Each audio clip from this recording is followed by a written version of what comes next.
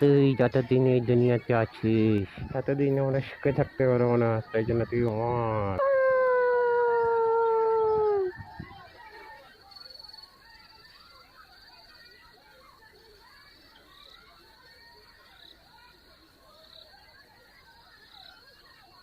ওকে ফ্যানের উপরে তুলে দাও, আর কেউ দেখার আগে আমরা এই হোটেল থেকে বেরিয়ে যাব। চলো চলো।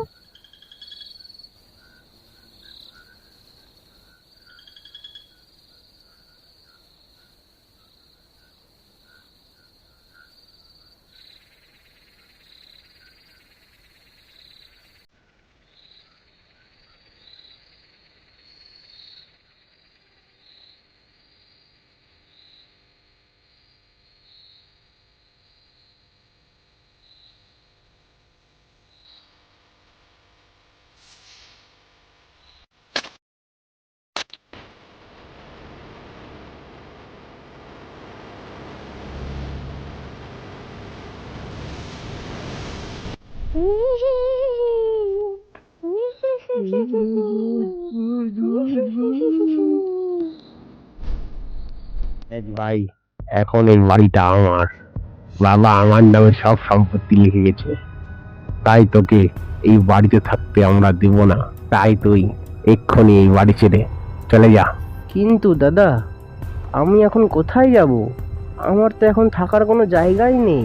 আমি অত শত জানি না তুই কোথায় যাবি না না যাবি, শুধু তোর এই বাড়িতে থাকা হবে না, সেটাই ব্যাস। দাদা, আমি এখন কোথায় যাব? আমার তো থাকার কোনো জায়গাই নেই। আমি কি এখন পথে পথে ঘুরে বেড়াবো? আমি এত শত জানি না, যা তো।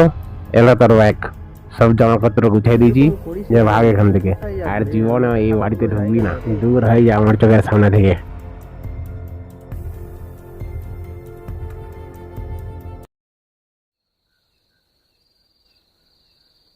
আচ্ছা, আপনাদের কাছে থাকার জন্য একটি ঘর হবে? একটু সস্তার মধ্যে দেখবেন। ঘর? হ্যাঁ, দোতলার ঘরগুলো সস্তাই হবে। একদিনের জন্য 500 টাকা করে 500 টাকা? এত টাকা আমি কোথায় পাবো? 100 টাকার মধ্যে হবে? 100 টাকা? 100 টাকার মধ্যে ঘর হয় নাকি আবার? ঘর হবে না বলেন? ঠিক আছে, আমি তাহলে চলে যাচ্ছি। না দাদা, দাঁড়ান, একটা ঘর আছে। কি, একটা ঘর আছে? তাহলে দিয়ে দিন আমাকে সেই ঘরটি। এই নিন দাদা, ঘরটির চাবি। দোতলার 33 নম্বর ঘর। আমি আর অত শত না ভেবে চলে গেলাম ঘরটি খুঁজতে। তাই হোটেলের ঘরটা অত শত চিনি না। একটু পরে দেখলাম যে ঘরটি আমার সামনে, 33 নম্বর ঘর। তাই ঢুকে পড়লাম ঘরে। অনেক রাত হয়ে গেছিল, তাই আর দেরি না করে ব্যাগটি নিচে রেখে ঘুমিয়ে পড়লাম। এরপরে আমার সাথে যা হলো সেটি আমি স্বপ্নেও কল্পনা করতে পারিনি।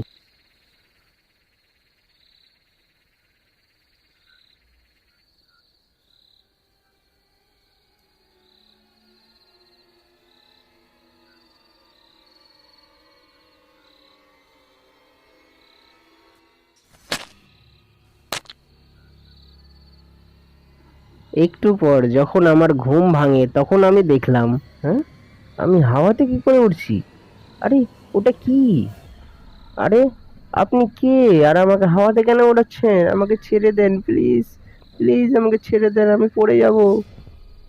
অনেক কাকুতি মিনতি করার পরে সে আমাকে বিছানার উপরে ছুঁড়ে ফেলে দিল। আর আমি এই দৃশ্য দেখে হতভম্ব হয়ে গেলাম। এখন বুঝলাম যে সেই মেয়েটি আমাকে এই ঘরটি এত কম দামে কি করে দিল। আমি আর অত শত না ভেবে সেখান থেকে ভয়ে ছুটতে লাগলাম। ছুটতে ছুটতে কোথায় যে এলাম।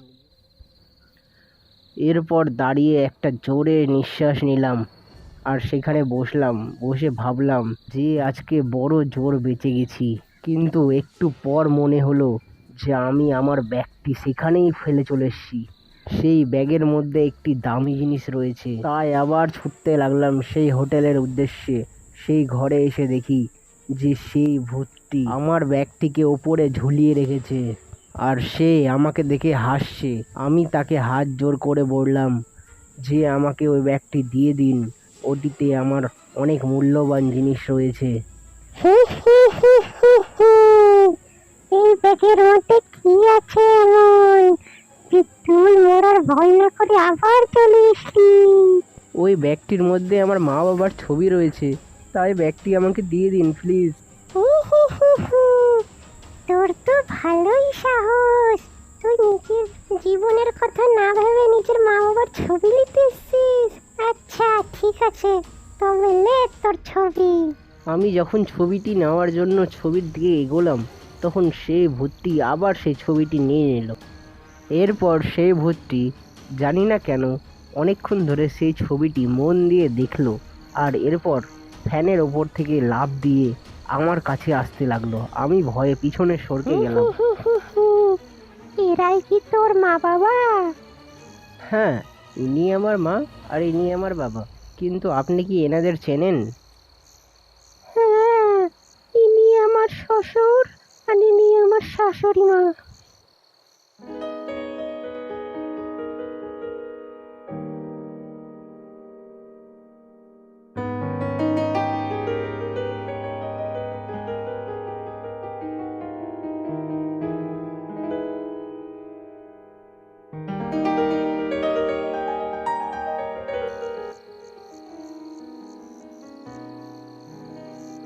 তুমি আর ভেবো না, তোমার বদলা পূরণ হবে। আমি নিয়ে আনবো ওকে এখানে।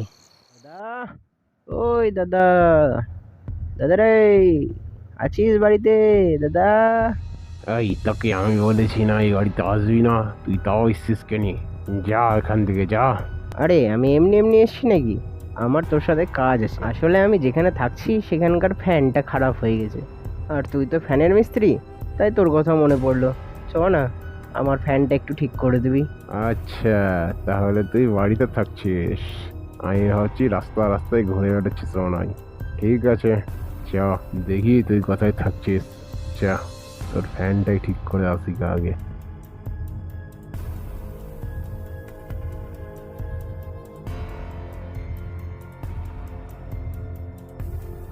কি রে, চল ভেতরে চল, আমার ফ্যানটা ঠিক করবি না? কি রে, তুইও চ। না, তুমি যাও, আমার বাইরে একটু কাজ আছে। এরপর দাদাকে ঘরের মধ্যে ঢুকিয়ে গেটটি বাইরে থেকে আটকিয়ে দিলাম। তারপর যেটা হলো সেটা আপনাদের না বলাই ভালো। আমাকে ছেড়ে দাও, আমি কিছু করিনি, আমাকে ছেড়ে দাও। তোকে ছাড়বো আমি? তোর মতো মানুষকে মরে যাওয়াই ভালো।